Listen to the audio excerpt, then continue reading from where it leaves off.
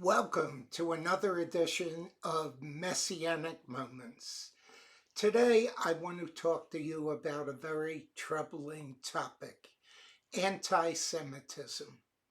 Last week, an Associated Press story by Michael Kunzelman said a surge of anti-Jewish vitriol spread by a famous rapper and an NBA star and other prominent people is stoking fears that public figures are normalizing hate and ramping up the risk of violence in a country already experiencing a sharp increase in anti-Semitism. The likes of Kanye West, otherwise known as Ye, who professed his love for Adolf Hitler, and basketball star Kyrie Irving are using their stardom to promote an anti-Jewish agenda.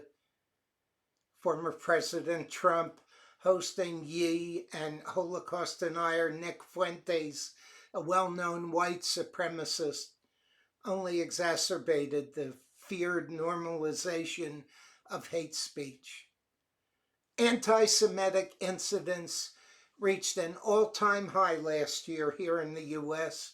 There were 2,717 reported incidents, a 34% increase over the previous year. The Jews in America represent less than 2% of the total population, yet over 60% of these attacks are on Jews and Jewish institutions. Europe is even worse. For example, Jews can't safely wear a kippah walking the streets in Paris and other cities. The origin of anti-Semitism can be traced to the evil one, Ha-Satan. God chose the Jewish people to be his instrument, to bring light and life to the world. They are his chosen possession, the apple of his eye, not because they were any better. In fact, he calls them a stiff-necked people. Amalek was a grandson of Esau. According to Jewish thought, Amalek represents pure evil, spiritual blindness acting arrogantly in the world.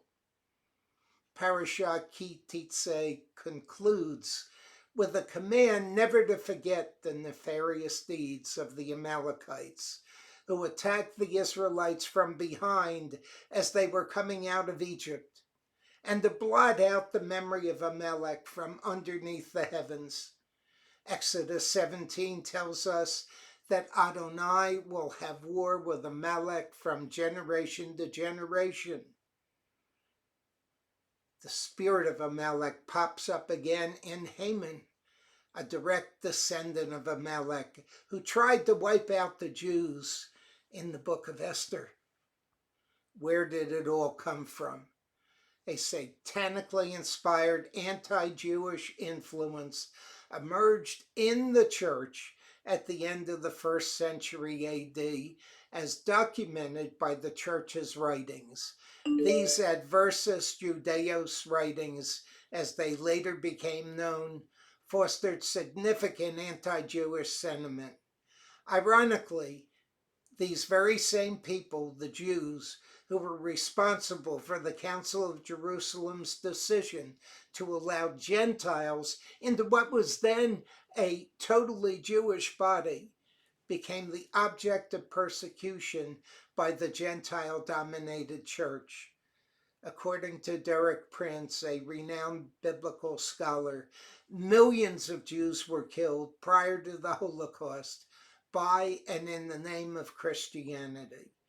For more on this, please read Our Hands Are Stained with Blood by Dr. Michael Brown. Without a thorough knowledge of the past, we cannot receive God's full measure of blessing. Christianity is under a curse which will be passed from generation to generation unless and until it repents for its treatment of the Jews, the apple of God's eye. Even the father of the Protestant Reformation, Martin Luther, did not escape from the anti-Jewish legacy of the early church fathers. In fact, Martin Luther's venom against the Jews was later used by Adolf Hitler as support for his final solution.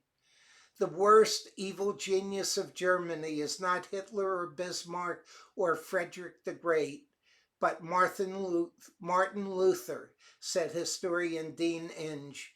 After trying for 20 years to convert the Jews, Martin Luther had this to say in 1523.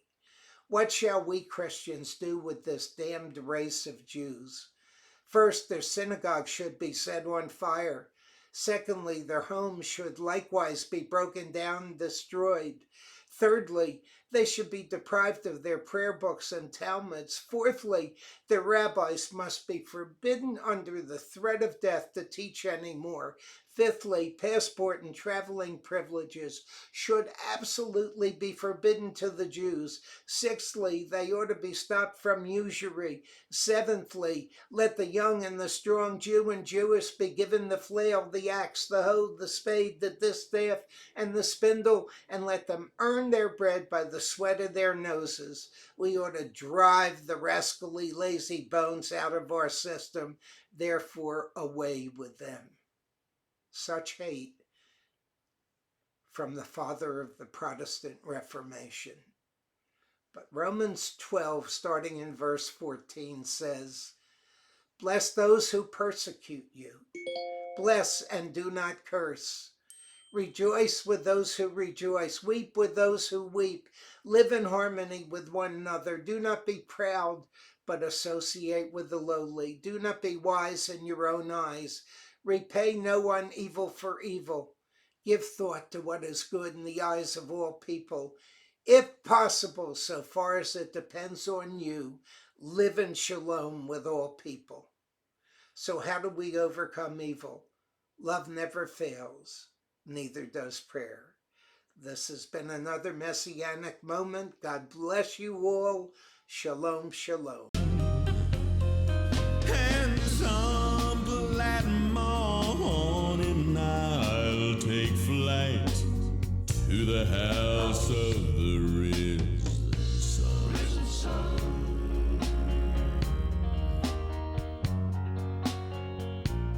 House of the risen